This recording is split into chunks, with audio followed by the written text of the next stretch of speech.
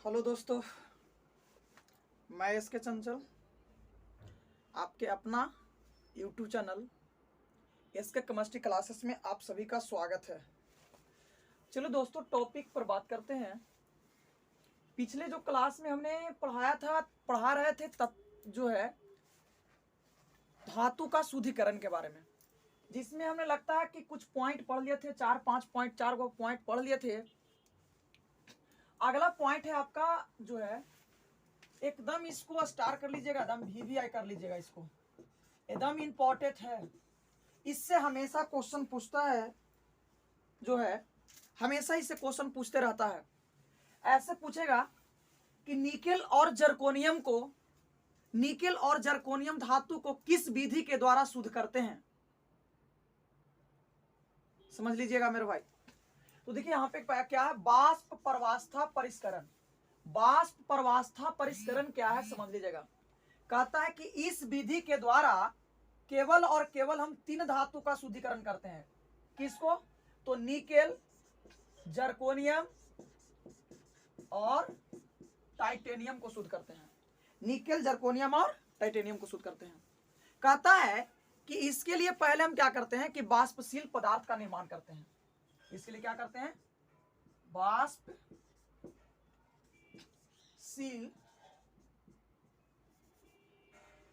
वाष्पशील पदार्थ का निर्माण करते हैं। इसके लिए क्या करते हैं? वाष्पशील पदार्थ का निर्माण करते हैं। तो मेरे भाई ध्यान देना, वाष्प प्रवास्था परिष्करण किसको कहते हैं? तो वाष्प प्रवास्था परिष्करण कहता है कि इस विधि के द्वारा केवल और केवल हम 3 धातु का शुद्धिकरण करेंगे। निकेल, जर्कोनियम और टाइटेनियम को शुद्ध करते हैं। इसके लिए क्या करते हैं कि पहले हम वाष्पशील पदार्थ का निर्माण करते हैं। इसके लिए पहले क्या करते हैं? वाष्पशील पदार्थ का निर्माण करते हैं। कहता है इसके 2 प्रकार होते हैं। इसके कितने प्रकार? 2 प्रकार होते हैं। इसके कितने प्रकार होते हैं? 2 प्रकार होते हैं। कौन कौन? पहला है मॉन्स विधि और दूसरा है वैन अर्कल विधि। पहला मॉन्स विधि, दूसरा क्या है? वैन अर्कल विधि है। अब मेरे भाई ध्यान देना, वैन अर्कल विधि क्या है और मॉन्स विधि क्या है, आपका इंपॉर्टेंट है। आपका वैन अर्कल विधि आपका VVI एकदम सोच लीजिए, एकदम इसको ठान लीजिए। 1 नंबर का क्वेश्चन ऑब्जेक्टिव में पूछेगा तो पूछेगा इससे, एकदम इसको एकदम जो है समझ लीजिए एकदम अच्छा से एकदम। चलिए मेरे दोस्तों, तो इसके कितने प्रकार होते हैं? 2 प्रकार होते हैं। कितने प्रकार? 2 प्रकार। पहला मॉन्स विधि और दूसरा कौन विधि? वैन अर्कल विधि। चलिए अब यहां पे हम बात करते हैं पहला नंबर पे। देखिए मॉन्स विधि किसको कहते हैं? मॉन्स विधि कहता है कि इस विधि के द्वारा केवल और केवल, है ना, पहला है मॉन्स विधि। मॉन्स विधि देखिए कहता है कि इस विधि के द्वारा केवल और केवल निकेल धातु को शुद्ध करते हैं। किसको शुद्ध करते हैं? निकेल धातु को शुद्ध करते हैं। ध्यान देना मेरे भाई, कहता है मॉन्स विधि कि इस विधि के द्वारा केवल हम निकेल धातु को शुद्धिकरण करते हैं। कहता है निकेल को कार्बन मोनोऑक्साइड यानी CO, कार्बन मोनोऑक्साइड के साथ अब जब अभिक्रिया कराते हैं तो निकेल को कार्बन मोनोऑक्साइड के साथ अभिक्रिया कराते हैं तो निकेल टेट्राकार्बोनिल का क्या करता है? निर्माण करता है। निकेल टेट्राकार्बोनिल का क्या करता है? निर्माण करता है। टेट्रा का मतलब होता है 4। टेट्रा का मतलब क्या होता है? 4। तो निकेल टेट्राकार्बोनिल का क्या करता है? निर्माण करता है, जो एक वाष्पशील पदार्थ है। और जब इसको गर्म कर देंगे ना, जब इसको गर्म कर देते हैं तो जो है अशुद्धि कार्बन मोनोऑक्साइड के द्वारा वाष्पित हो जाता है। कार्बन मोनोऑक्साइड के द्वारा क्या होता है? वाष्पित हो जाता है और शुद्ध निकेल हमें क्या होता है? प्राप्त हो जाता है। शुद्ध निकेल क्या होता है? प्राप्त होता है। फिर से समझ लीजिएगा मेरे भाई, मॉन्स विधि कहता है कि इस विधि के द्वारा केवल और केवल निकेल धातु को शुद्ध करते हैं। कहता है निकेल को कार्बन मोनोऑक्साइड के साथ अभिक्रिया कराते हैं तो निकेल टेट्राकार्बोनिल का निर्माण होता है, और जो एक वाष्पशील पदार्थ है, जब इसको गर्म करते हैं तो अशुद्धि होता है वो कार्बन मोनोऑक्साइड के द्वारा वाष्पित हो जाता है और हमें शुद्ध निकेल क्या होता है? प्राप्त होता है। शुद्ध निकल क्या होता है, प्राप्त होता है। तो रटने से नहीं याद होगा, समझने पर याद कीजिए, कॉन्सेप्ट ध्यान दीजिए, कॉन्सेप्ट क्या कह रहा है उस पर ध्यान दीजिएगा। तो 1 नंबर एकदम आप यहां रख लीजिए। पूछेगा कि निकेल धातु को शुद्धिकरण किस विधि के द्वारा किया जाता है, तो निकेल धातु का शुद्धिकरण किस विधि के द्वारा, मॉन्स विधि के द्वारा किया जाता है। एकदम इसको VVI कर लीजिए एकदम 1 नंबर में। तो मॉन्स विधि किसको कहेंगे, दिक्कत नहीं है, चलिए इसको नोट कर लीजिएगा, रिएक्शन को देख लीजिए।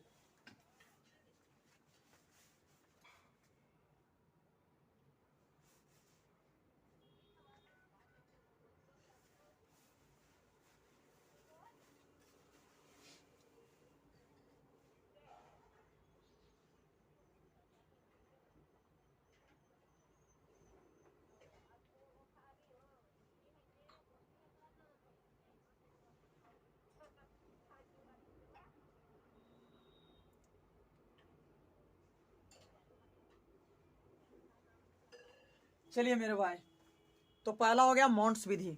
दूसरा समझते हैं, दूसरा देखते हैं। दूसरा है बैन अर्कल विधि। बैन अर्कल विधि, देखिए बैन अर्कल विधि क्या कहता है, तो इस विधि के द्वारा जो है जर्कोनियम और टाइटेनियम धातु का शुद्धिकरण करते हैं। ध्यान देना पे, कहता है इस विधि के द्वारा जर्कोनियम और टाइटेनियम धातु को शुद्ध करते हैं। कहता है इसके लिए क्या करते हैं कि आयोडीन के साथ अभिक्रिया कराते हैं, यानी जर्कोनियम को जब हम आयोडीन के साथ अभिक्रिया कराएंगे तो ZrI4 का निर्माण करता है, यानी जर्कोनियम टेट्रा आयोडाइड का निर्माण करता है। तो क्या कहता है कि इस विधि में जर्कोनियम और टाइटेनियम धातु को शुद्ध करते हैं। इसके लिए आयोडीन के साथ अभिक्रिया करवाकर वाष्पशील पदार्थ का निर्माण करते हैं। इसके लिए आयोडीन के साथ अभिक्रिया करा के वाष्पशील पदार्थ का क्या करते हैं, निर्माण करते हैं। वाष्पशील पदार्थ का क्या करते हैं, निर्माण करते हैं। कहता है तथा इसमें उपस्थित अशुद्धि जो होती है वो वाष्पित हो जाता है, आयोडीन के साथ वाष्पित हो जाता है और शुद्ध जर्कोनियम और टाइटेनियम क्या होता है, प्राप्त होता है। जब इसको गर्म करेंगे तो यहाँ से Zr अब प्लस में क्या देगा, I2 देगा, यानी इस समीकरण को यहाँ से 2 से गुना कर दीजिएगा, यहाँ भी 2 से गुना कर दीजिएगा।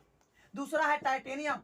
अगर टाइटेनियम को हम आयोडीन के साथ अभिक्रिया कराते हैं तो टाइटेनियम आयोडाइड का निर्माण करेगा, टेट्रा आयोडाइड का निर्माण करेगा। और जब इसको गर्म करेंगे तो गर्म करने से टाइटेनियम अब प्लस में क्या देगा, आयोडीन, यानी कि इसमें जो उपस्थित अशुद्धि होगा वो आयोडीन के साथ क्या हो जाएगा, वाष्प बन के उड़ जाएगा, वाष्प बन के क्या हो जाएगा, उड़ जाएगा। तो ध्यान देना, बैन अर्कल विधि किसको कहते हैं, कहता है इस विधि के द्वारा जर्कोनियम और टाइटेनियम धातु को शुद्ध करेंगे। कहता है इसके लिए क्या करेंगे, आयोडीन के साथ अभिक्रिया कराएंगे। आयोडीन के साथ अभिक्रिया कराएंगे, किसके साथ, आयोडीन के साथ अभिक्रिया कराएंगे। आयोडीन के साथ अभिक्रिया करवाने पर वाष्पशील पदार्थ का निर्माण होगा, वाष्पशील पदार्थ का निर्माण होगा तथा इसमें उपस्थित जो अशुद्धि होंगे आयोडीन के साथ वाष्पित हो जाएगा, शुद्ध जर्कोनियम और टाइटेनियम क्या होगा, प्राप्त होगा। इसको भी एकदम VVI कर लीजिएगा। तो यहां तक किसको दिक्कत है, बोलिए। तो वाष्प परिवाष्ता परिष्करण के द्वारा कितने धातु का शुद्धिकरण करेंगे, तो वाष्प परिवाष्ता परिष्करण के द्वारा 3 धातु, निकेल, जर्कोनियम और किसको, टाइटेनियम। इसके लिए पहले क्या करते हैं, वाष्पशील पदार्थ का निर्माण करते हैं। इसके कितने प्रकार होता है, 2 प्रकार होता है, पहला मॉन्स की विधि और दूसरा बैन अर्कल विधि। मॉन्स की विधि केकरा कहेंगे, तो मॉन्स विधि के द्वारा सिर्फ और सिर्फ निकेल धातु को शुद्ध करेंगे। इसके लिए क्या करेंगे कि निकेल को कार्बन मोनोऑक्साइड के साथ अभिक्रिया कराएंगे, जो एक क्या है, वाष्पशील पदार्थ है। और जब इसको क्या करेंगे, गर्म कर देंगे, तो जैसे निकेल टेट्राकार्बोनिल का निर्माण होगा, जब उसको गर्म कर देंगे तो जो अशुद्धि होगा वो कार्बन मोनोऑक्साइड के द्वारा क्या होगा, वाष्पित हो जाएगा और शुद्ध निकेल हमें क्या हो जाएगा, प्राप्त हो जाएगा। और बैन अर्कल विधि के द्वारा जर्कोनियम और टाइटेनियम धातु को शुद्ध करेंगे। एकदम एक नंबर में, एकदम याद रखिए, एकदम आवेगा तो आवेगा। चलिए इसको नोट कर लीजिएगा।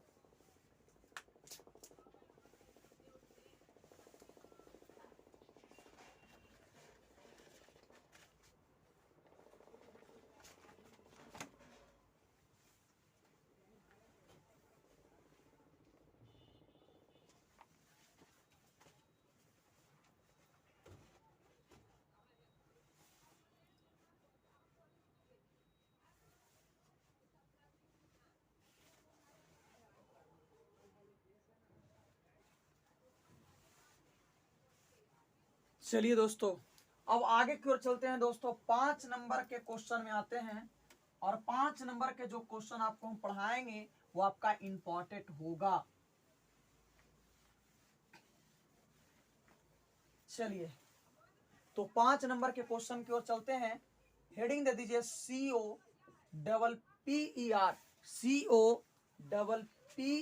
COPPER यानी क्या चीज? कॉपर। यानी क्या? कॉपर।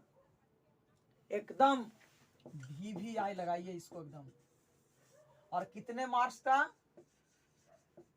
मार्क्स आपका रहेगा 5 नंबर। एकदम 3 क्वेश्चन पढ़ाऊंगा, 3 गो में से एक एकदम 5 नंबर का पूछेगा तो पूछेगा।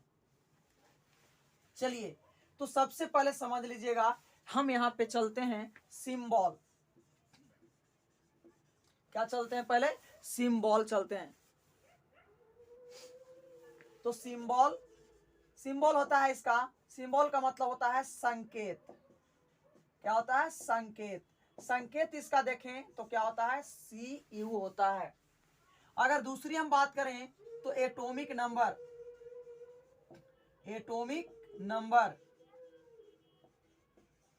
एटॉमिक नंबर की बात करते हैं तो परमाणु संख्या। परमाणु संख्या होता है 29। परमाणु संख्या कितना होता है? 29 होता है। समझ गए? एटॉमिक मास, एटॉमिक मास है ना, एटॉमिक मास। तो एटॉमिक मास आपका हो जाता है, एटॉमिक मास का मतलब होता है परमाणु,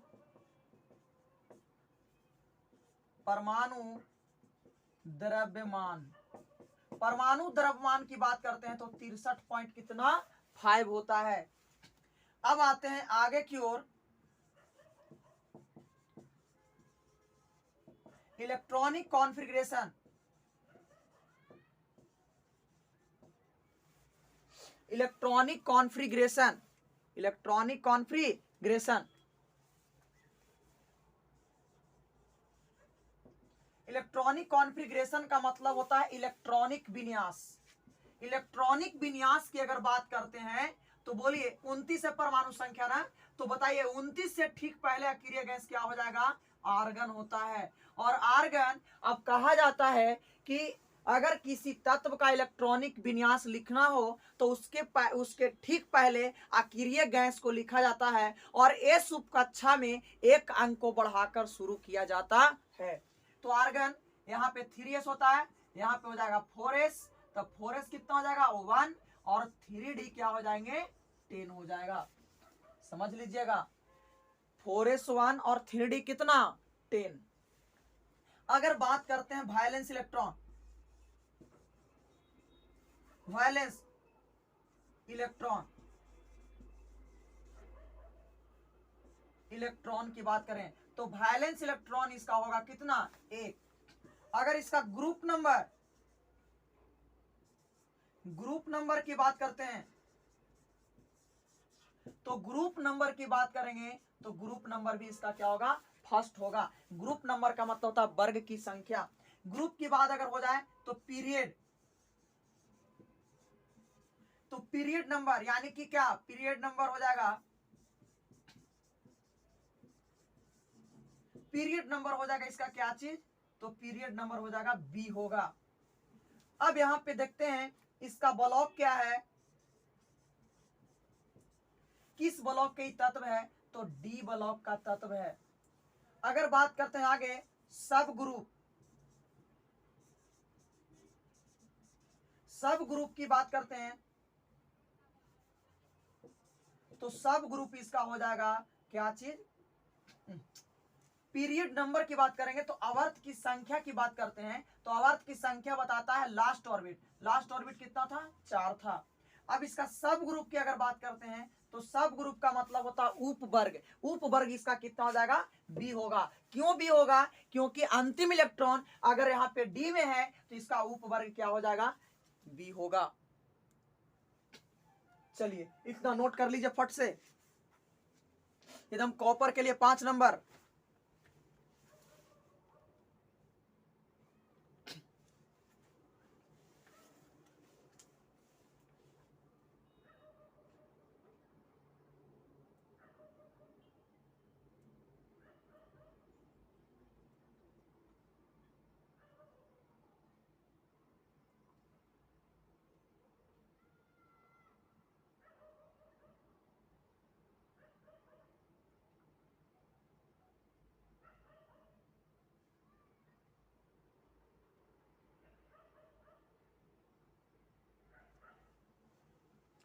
चलिए दोस्तों, तो फिर से एक बार समझ लेते हैं। कहता है कॉपर, कॉपर का संकेत होता है Cu। एटॉमिक नंबर 29, परमाणु संख्या 29, एटॉमिक मास यानी परमाणु द्रव्यमान 63.5 होगा। इलेक्ट्रॉनिक विन्यास की बात करेंगे तो इलेक्ट्रॉनिक विन्यास लिखने के लिए यानी पहले हम इसके ठीक पहले अक्रिय गैस को बड़ी कोष्ठ में लिखते हैं और एस उप कक्षा में एक अंक को बढ़ाकर शुरू करते हैं तो 4s1 3d क्या होगा 10। देखिए यहाँ पे जो होना चाहिए था 4s2 3d क्या होगा 9, लेकिन इसके लिए कंडीशन होता है मेरे भाई कि अगर d में 4 और 9 इलेक्ट्रॉन रहे, अगर d में 4 और 9 इलेक्ट्रॉन रहे तो बगल वाला s से एक इलेक्ट्रॉन लेकर यानी 5 या 10 कर लेता है। इसीलिए हम यहाँ पे 4s2 3d9 न लिखकर हम 4s1 3d10 लिखे हैं। चलिए इसका वैलेंस इलेक्ट्रॉन की बात करते हैं, यानी कि संयोजी इलेक्ट्रॉन की अगर बात करें तो 12वीं कक्षा में जो इलेक्ट्रॉन की संख्या होती है उस संयोजी इलेक्ट्रॉन बताता है, तो इसका संयोजी इलेक्ट्रॉन कितना हो जाएगा, 1 होगा। ग्रुप नंबर की बात करते हैं यानी कि वर्ग की संख्या की बात करें तो यानी कहता है वैलेंस इलेक्ट्रॉन की संख्या बताता है, वर्ग की संख्या यानी ग्रुप नंबर बताता है। अगर बात करते हैं पीरियड नंबर, आवर्त की संख्या अगर देखें तो आवर्त की संख्या और यानी कि लास्ट ऑर्बिट की संख्या बताता है आवर्त की संख्या, यानी कि आवर्त की संख्या कितना होगी, 4 होगा। अगर हम बात करें ये ब्लॉक यानी किस ब्लॉक के तत्व है तो इसका ब्लॉक है क्या चीज, डी। अब इसका बात करते हैं सब ग्रुप, सब ग्रुप का मतलब होता है उपवर्ग, किस उपवर्ग का तत्व है तो ये बी उपवर्ग के तत्व है, नहीं बी इसका उपवर्ग जो है क्या है, बी है। यहां तक क्लियर हो गया मेरे भाई। चलिए आगे की ओर चलते हैं।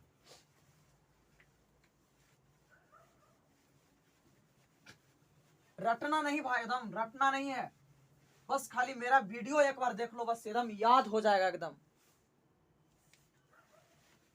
चलिए आगे की ओर बात करते हैं प्राप्ति स्रोत, है ना। प्राप्ति स्रोत कहता है, प्राप्ति स्रोत क्या कहता है समझ लीजिएगा। कहता है कि कॉपर जो है ना वो अत्यंत क्रियाशील धातु है। क्या है, क्रियाशील धातु है जो प्राकृतिक में, है ना, प्राकृतिक में मुक्त अवस्था में नहीं, मुक्त अवस्था में नहीं बल्कि संयुक्त अवस्था में, संयुक्त अवस्था में अनेक अयस्कों में पाया जाता है, अनेक अयस्कों में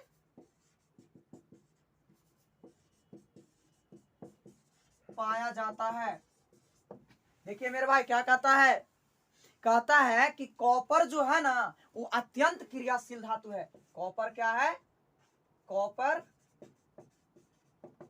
अत्यंत,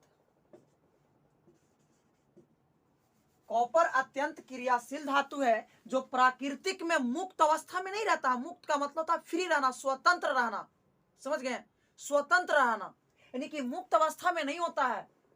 एक किस अवस्था में होता है, संयुक्त अवस्था में। संयुक्त का मतलब होता है कंबाइंड, है ना, कंबाइंड अवस्था में पाया जाता है। कंबाइंड जो है अवस्था में अनेक अयस्कों में पाया जाता है। अब यहां पे चलते हैं, अयस्क का नाम लिखते हैं। अयस्क, अयस्क का नाम, अयस्क का नाम देखिए, सबसे पहले अगर बात करते हैं कॉपर पाइराइट, कॉपर पाइराइट, तो कॉपर पाइराइट का जो सूत्र होता है CuFeS2 होता है। कॉपर पाइराइट का सूत्र क्या होता है? CuFeS2। एकरा में से हम जितना आपको बताएंगे, जितना भी अयस्क का नाम लिखाएंगे, एकरा में से 1 नंबर के क्वेश्चन रहेगा, 1 मार्क्स, एकदम याद रखिएगा, 1 मार्क्स का रहेगा, 1 नंबर का क्वेश्चन रहेगा। पूछेगा कि निम्नलिखित में कॉपर पाइराइट का सूत्र होता है, निम्नलिखित में क्यूप्राइट का सूत्र होता है, निम्नलिखित में ब्रोनाइट का सूत्र होता है, निम्नलिखित में कॉपर ग्लास का सूत्र होता है। ये सबसे 1 नंबर का क्वेश्चन रहेगा। जितना हम अयस्क का नाम लिखाएंगे उस अयस्क में 1 नंबर का क्वेश्चन रहेगा। एकदम इसको कंप्लीट कर लीजिएगा, रखने का कोई जरूरत नहीं है, बस समझ लीजिए। कॉपर पाइराइट, कॉपर पाइराइट है ना, कॉपर पाइराइट, CuFeS2, CuFeS2। दूसरा है copper glass, copper glass, glass का मतलब शीशा है ना, तो कॉपर है ग्लास का, कॉपर है किसका? ग्लास का, यानी Cu2S, Cu2S। क्यूप्राइट, क्यूप्राइट तो Cu2O, क्यूप्राइट तो Cu2O। ब्रोनाइट, ब्रोनाइट Cu3Fe2। ब्रोनाइट का क्या होता है? Cu3Fe2, Cu3Fe2। चलिए अगला है मैलेकाइट, मैलेकाइट, मैलेकाइट तो CuOH के होल 2 इंटू CO3 होता है। देख लीजिए मेरे भाई, कहता है मैलेकाइट, तो मैलेकाइट कहता है CuOH के होल 2 इंटू CuCO3 होता है। चलिए दोस्तों एक बार नोट कर लीजिए इसको।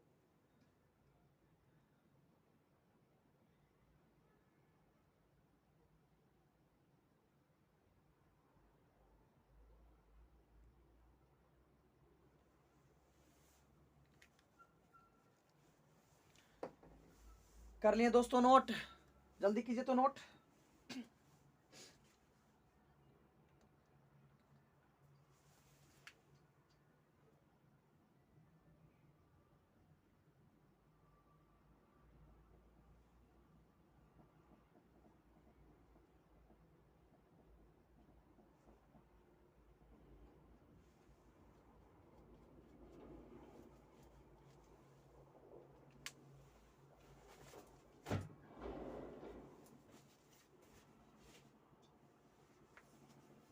चलिए मेरे भाई एक बार और समझा देते हैं।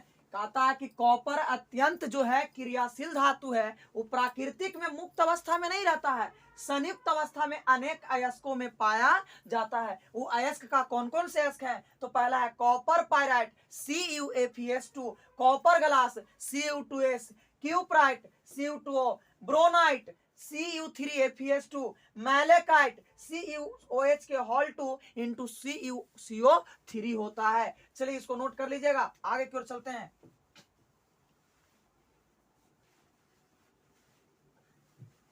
देखिए मेरे भाई, एग्जामिनर कैसे पूछता है क्वेश्चन, कैसे पूछेगा आपका क्वेश्चन। अब देखिए कहता है कि कॉपर पाइराइट से क्वेश्चन कर देगा कि कॉपर पाइराइट से, कॉपर पाइराइट से, पाइराइट से तांबा के निष्कर्षण के बारे में वर्णन करें। कॉपर पाइराइट से तांबा के निष्कर्षण के बारे में वर्णन करें। निष्कर्षण, निष्कर्षण के बारे में वर्णन करें। देखिए मेरे भाई क्या कहता है कि कॉपर पाइराइट से तांबा के निष्कर्षण के बारे में क्या करें, वर्णन करें। तो सबसे पहले यहाँ पे ध्यान दीजिएगा, कहता है कि कॉपर पाइराइट से तांबा का निष्कर्षण जो है निम्नलिखित चरणों में करते हैं। कॉपर पाइराइट से तांबा का जो निष्कर्षण करते हैं उन निम्नलिखित चरणों में किया जाता है। निम्नलिखित चरणों में किया जाता है। स्टेप नंबर फर्स्ट कहता है कि कॉपर पाइराइट का सांद्रण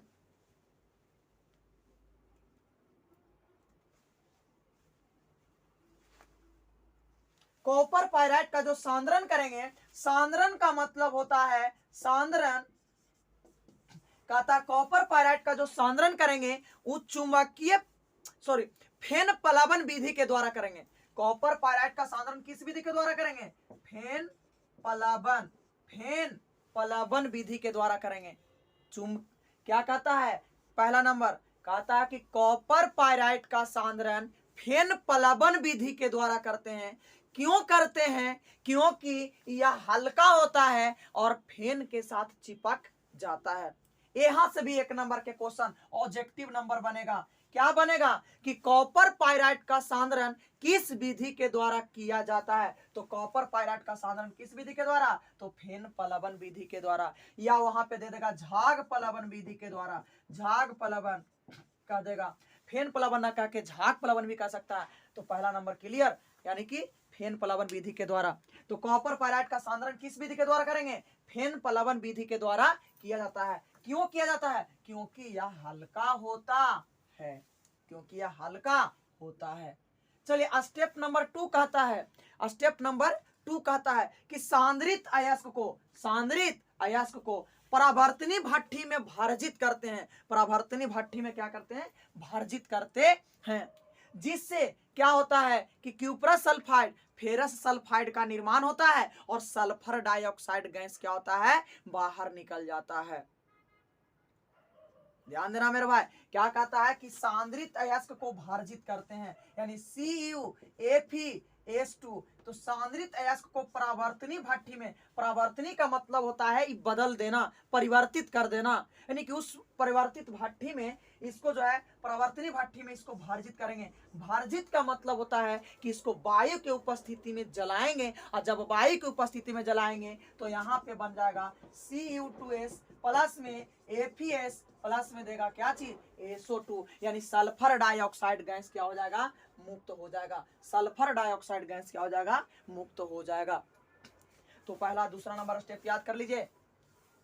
कहता है कि कॉपर पाइराइट का जो आपका जो सांद्रण है वो आपका किस विधि के द्वारा करते हैं, फेन प्लावन विधि के द्वारा। तो कहता है दूसरा नंबर कि सांद्रित अयस्क, तो सांद्रित अयस्क कौन है, कॉपर पाइराइट।